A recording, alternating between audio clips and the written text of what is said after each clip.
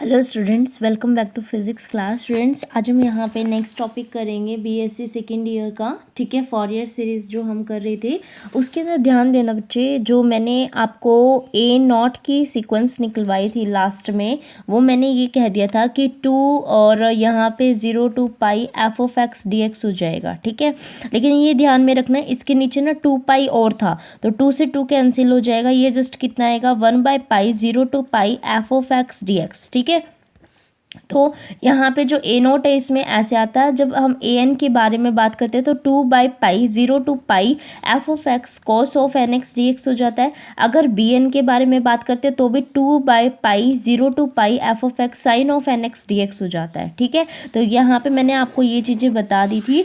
आज आप next topic करोगे इसके अंदर फॉरियर series for the interval 0 to pi half range series, means आपको कोसाइन सीरीज लेनी है और साइन सीरीज लेनी है। ठीक है, तो आप हेडिंग डाल लीजिए यहाँ पे फॉरियर series for the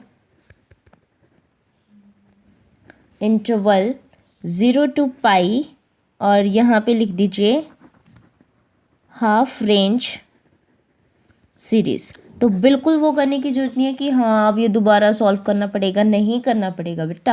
half range series के अंदर क्या करना होता है, हमें 2 पार्टीशन में डिवाइड कर लेना है। ठीक है, एक तो लिखेंगे कोसाइन सीरीज, ठीक है, एक में लिखेंगे साइन सीरीज।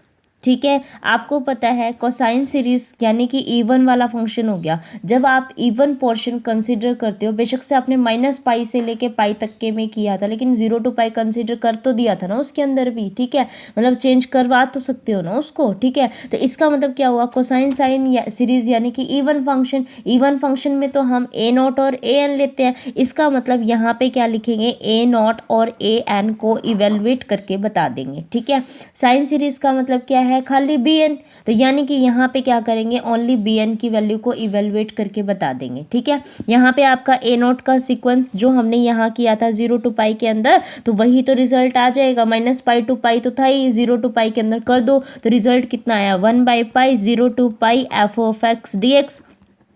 ठीक है, मतलब ये है कि एक बारी करने के बाद देखो आप कितनी रेंज में निकाल सकते हो, है ना। एक आपने निकाला था -पाई to पाई, उसी का ही मैंने किस में करवा दिया, आपका इवन एंड ऑड फंक्शन में। इसी की तरीके से हमने हाफ रेंज सीरीज में करवा दिया। बस ये ध्यान रखने की जरूरत है, हाफ रेंज सीरीज का मतलब क्या है, कोसाइन सीरीज या फिर साइन सीरीज। अगर कोसाइन सीरीज के लिए वो बोल रहा है पर्टिकुलर आपको, तो आपको क्या करना पड़ेगा, वहाँ पे ए नोट और ए एन फाइंड आउट करना पड़ेगा।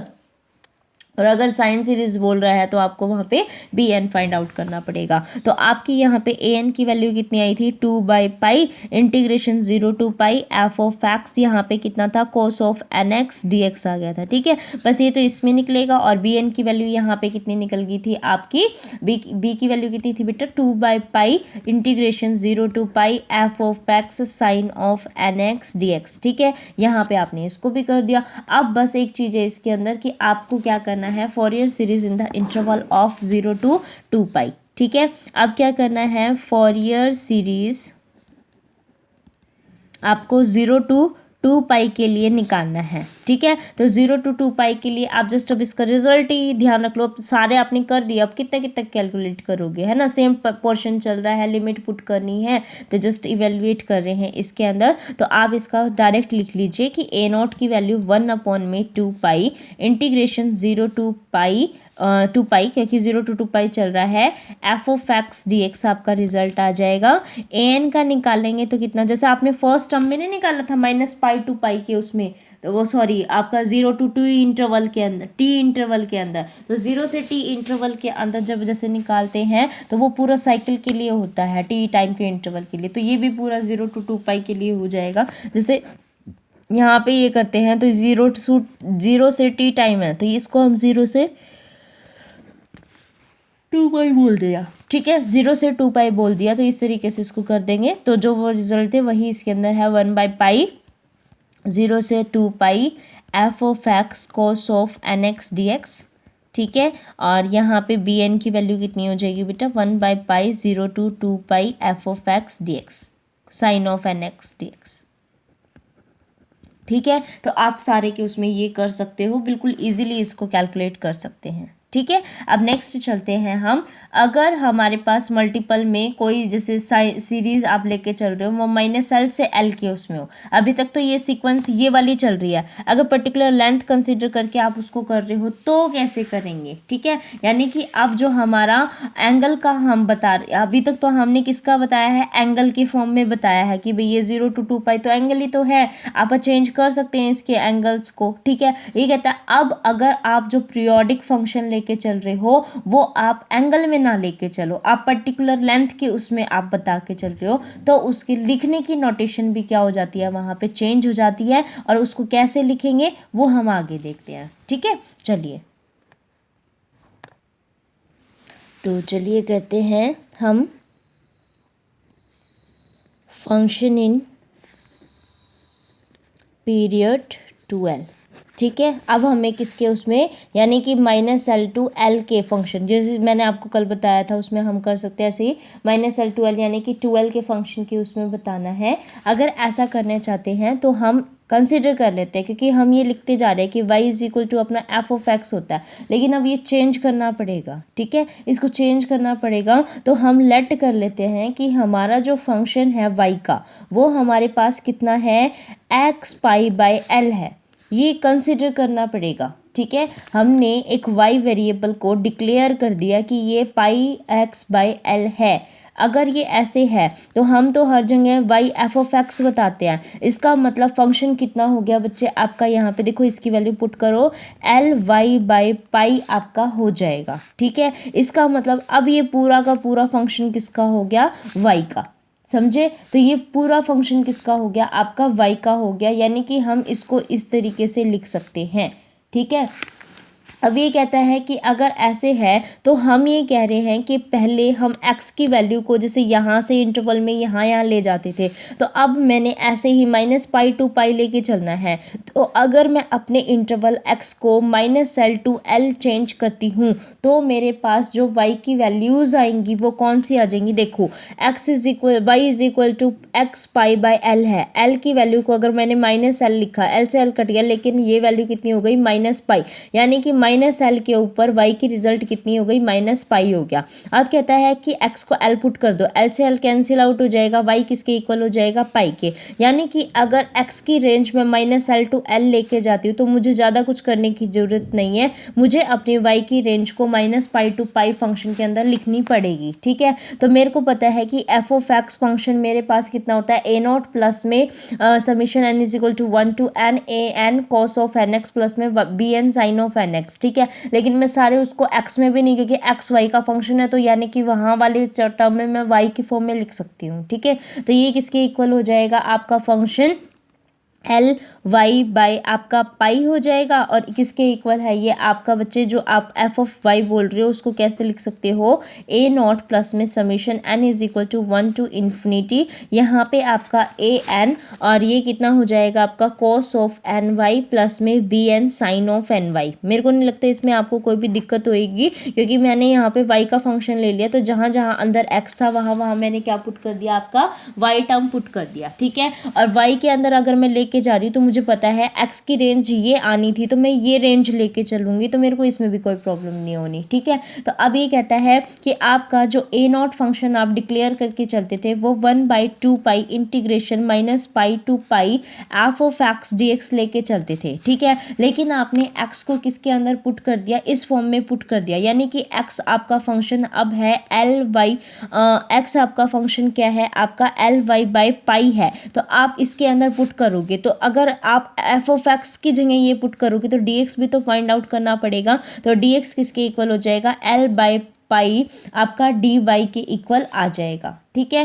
L/π dy के इक्वल आ जाएगा, ठीक है। तो आपको इसके अंदर इसको करना पड़ेगा, तो देखो ये किसके इक्वल हो जाएगा, 1/2π, और ये अभी इंटीग्रेशन -π to π थी, और मैंने बता दिया इसको l to l ही कर देंगे। अगर मैं y को दोबारा से x के अंदर कन्वर्ट करूँगी तो ये कितना हो जाएगा, -l to l, यहाँ f(x), यहाँ हमें डिफ्रेंशिएशन करना पड़ेगा किसका, पाई x/l का, क्योंकि अभी ये कितना था बच्चे, यहाँ पे x, सॉरी, यहाँ पे मेरे पास ये चीज़ है, लेकिन मैंने फंक्शन पूरा y में कंसिडर कर रखा है, पूरा फंक्शन किस में है, y में कंसीडर है। इसका मतलब इसको चेंज करके लिखना पड़ेगा। y किसके इक्वल है, आपका है पाई एक्स बाई एल के इक्वल, तो यानी कि डी वाई किसके इक्वल हो जाएगा, आपका pi by L D x के। तो यानी रिजल्ट इसमें से जो निकलेगा वो ये निकलेगा, ठीक है। और यहाँ पे अब कितना हो गया, एक्स का फंक्शन हो गया, ठीक है, क्योंकि आपने पूरा का पूरा एक्स में चेंज कर दिया। पहले देखो ये चेंज आपने वाई में कर दिया, वाई को फिर आप किस में चेंज कर रहे हो, एक्स में।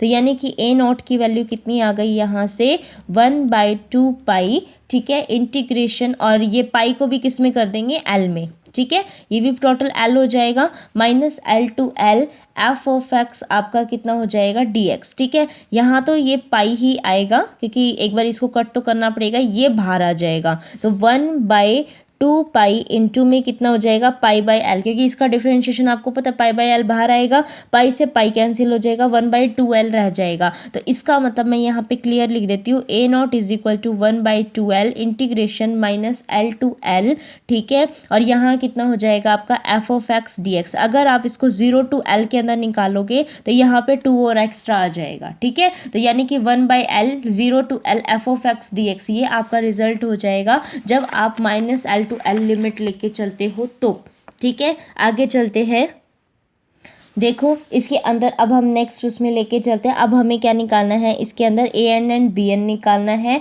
तो ए एंड बी एन के लिए हम वही रिजल्ट उसमें यूज़ कर सकते हैं थोड़ा बहुत, है ना, तो बाकी वैल्यू पुट कर देंगे। तो ए एन का अगर मैं रिजल्ट वाई के फॉर्म में लिख दूँ, ठीक है, तो 1/पाई integration minus pi to pi F of Y cos of N Y D Y. ये तो हम पहले निकाल ही चुके एक्स की फॉर्म में, लेकिन हम फंक्शन पूरा वाई में ले लिया। अब वाई को अगेन एक्स में पुट करना है, तो आपको पता है अगेन एक्स में पुट करोगे तो आपके पास ये चीज़ थी कि Y is equal to pi X by L, ठीक है। वाई को अगेन एक्स में पुट करोगे तो इसका डिफरेंशिएशन करना पड़ेगा और ये यहाँ पुट भी करना पड़ेगा। तो पुट करो तभी तो सॉल्व करोगे। तो 1/पाई इंटीग्रेशन, ये कितना हो जाएगा आपका, इंटीग्रेशन एक्स अब कहाँ से चेंज हो जाएगा आपका, माइनस एल टू एल हो जाएगा, एफ ऑफ एक्स, क्योंकि मैं पुट कर रही हूँ इसके अंदर, ये कितना हो जाएगा, कॉस ऑफ एन, वाई की वैल्यू कितनी है बेटा, पाई एक्स बाई एल, और डी वाई वाई कितना हो जाएगा, पाई एक्स बाई एल। आपको पता है ये तो बाहर ही आ जाएगा, इसका मतलब पाई से पाई कैंसिल हो जाएगा, 1/l आ जाएगा यहाँ, ठीक है। Integration minus L to L, यहाँ कितना हो जाएगा, F of X cos of N pi X by L into में डी एक्स, ठीक है। ये हमारे पास रिजल्ट आ जाएगा इसका, ठीक है। और सिमिलरली हम बी एन का भी रिजल्ट बता देंगे, 1/l minus L to L F of X कितना हो जाएगा, sine of N pi X by L into में डी एक्स हो जाएगा, ठीक है। तो यहाँ पे हम दोनों रिजल्ट इसके अंदर कैलकुलेट कर सकते हैं, तो आप इसको कैलकुलेट करके बता दीजिएगा, ठीक है। फिर उसके बाद इसके अंदर पूरा पीरियड उसमें 2l की फॉर्म में लिखना, पूरा टोटल कंप्लीट करके लिखना चाहते हो तो कंप्लीट करके लिख के चल सकते हो, कोई दिक्कत की बात नहीं है, ठीक है। कहो तो लिखवा भी सकती हूँ मैं, अदरवाइज इतना सफिशिएंट है। ये आपने तीनों टर्म्स निकाल ली हैं, पूरी सीक्वेंस में पुट कर दीजिए, ठीक है। सीक्वेंस में पुट करोगे तो ये कितना हो जाएगा, यहाँ पे होता है आपका बेटा ए नॉट प्लस में summation N is equal to 1 to infinity A N cos of, यहाँ पे कितना हो जाएगा आपका, यहाँ पे एक टर्म अलग लिखनी पड़ेगी। अगर आप इसको एन में लिख रहे हो तो वहाँ पे एम लिखना पड़ेगा, M pi X by L, और प्लस में यहाँ कितना हो जाएगा, बी एन साइन ऑफ, यहाँ हो जाएगा M pi X by L, ठीक है। जस्ट आपको क्या करना है, ए नॉट ए एन और बी एन की वैल्यू को यहाँ पे पुट करना है, ठीक है। A not A N and B N की वैल्यू को यहाँ पे पुट कर दीजिएगा। पुट कर दोगे तो ए नॉट की वैल्यू आपको पता है कितनी आई थी, 1/2l integration minus L to L F of X D x, ये आ गई थी, ठीक है। प्लस में इन दोनों के रिजल्ट में 1/l है तो मैंने उसको कॉमन करके कर दिया, ठीक है। Summation N is equal to 1 to infinity है यहाँ पे, और अगर मैं इसके लिए लेके चलती हूँ तो दोनों उसमें इंटीग्रेशन में कितना आ जाएगा, माइनस एल टू एल, और यहाँ पे एफ ऑफ एक्स जब इसके लिए करती हूँ तो यहाँ देखो कॉस एन में है और यहाँ एम में भी है, तो दोनों आ जाएंगे cos of N pi X by L, और यहाँ आ जाएगा आपका cos of M pi X by L, ठीक है। और यहाँ पे फिर टोटल उसमें कर सकते हो, यहाँ पे dx लगा दो और एक और प्लस में करके integration minus L to L F of X, यहाँ कितना हो जाएगा sine of N pi X by L, और यहाँ कितना हो जाएगा sine of M pi X by L into में कितना हो जाएगा यहाँ पे dx। ठीक है, तो इस तरीके से करके आप इसका जो ब्रेसेस है उसको बंद कर सकते हो और जस्ट इसको सॉल्व कर दीजिएगा, आपका पूरा रिजल्ट आ जाएगा। ठीक है, अगर साइन और कोसाइन में पूछेगा तो क्या करोगे, तो साइन के अंदर तो क्या होएगा ए नॉट और ए एन जीरो जाएगा, ओनली बी एन वाला लिखना है। ठीक है, और कोसाइन सीरीज पूछेगा तो बी एन को जीरो कर देना, इन दोनों की वैल्यू को लिख के आ जाना। कोसाइन यानी कि इवन फंक्शन यानी कि ए नॉट और ए एन की ही वैल्यू देगा वहाँ पे। ठीक है, और आपका जो वो होता है दूसरे वाला साइन सीरीज यानी कि उसके अंदर सिर्फ बी एन का रिजल्ट आएगा। ठीक है, साइन सीरीज में सिर्फ बी एन का रिजल्ट आएगा, अब वहाँ पे ए नॉट और ए एन ज़ीरो हो जाते हैं। ठीक है, तो आप ये पूरा कंप्लीट कर लीजिएगा। नेक्स्ट लेक्चर के अंदर हम करेंगे complex form of the Fourier series, और फिर उसके बाद इसकी एप्लीकेशन पे चलेंगे जो रेक्टेंगुलर ट्रायंगुलर वगैरह वाली है। ठीक है, तो वहाँ तक हम कंप्लीट कर लेंगे फिर नेक्स्ट लेक्चर के अंदर। तो चलिए आप इसको यहाँ तक कवर कर लीजिएगा, नेक्स्ट लेक्चर के अंदर करेंगे हम। ठीक है, कई बच्चे ये सोच रहे होंगे सिलेबस में तो सीधा ये है analysis of complex wave and its application for the solution of triangular and rectangular waves, या फिर मैम ये सब क्यों करवा रही है। वो इसलिए करवा रही हूँ बेटा क्योंकि उनको सॉल्व करने के लिए आपको इन सब चीज़ों का जरूरत होना चाहिए, मतलब जरूरत पड़ेगी और पता होना चाहिए इन सब चीज़ों का, अदरवाइज मैं उनको डायरेक्ट लगाऊंगी तो आप यूँ कहोगे कि ये कहाँ से आ गया। ठीक है, और करवाया इसलिए है क्योंकि पेपर में ना इससे रिलेटेड क्वेश्चंस आए हुए हैं, वो डायरेक्ट कॉम्प्लेक्स फॉर्म पे या फिर आपके ट्रायंगुलर और रेक्टेंगुलर वेव पे नहीं जाता है, इन चीज़ों को भी पूछता है। तो यूँ लगा लो अपना अब सिलेबस ज़्यादा नहीं रहा है, अपना सिलेबस ज़्यादा नहीं रहा, यूँ लगा लो हद मार के 2 या 3 टॉपिक और होंगे, इसके फर्स्ट यूनिट कंप्लीट हो जाएगी आपकी कहाँ तक, आपके फोरियर ट्रांसफॉर्म से पहले का। ठीक है, फोरियर ट्रांसफॉर्म के बाद फिर फोरियर ट्रांसफॉर्म पे और उसकी प्रॉपर्टी पे आ जाएंगे, बस फिर 1 वीक का और है। ठीक है, तो आपका फर्स्ट यूनिट कंप्लीट हो जाएगा इसके अंदर, फिर हम किसके ऊपर चलेंगे सेकंड एंड थर्ड यूनिट के ऊपर। ठीक है, तो यहाँ तक हम करना है, चलिए फिर नेक्स्ट बाद में करेंगे। ठीक है, thank you for watching this video and keep sharing with your friends. Thank you.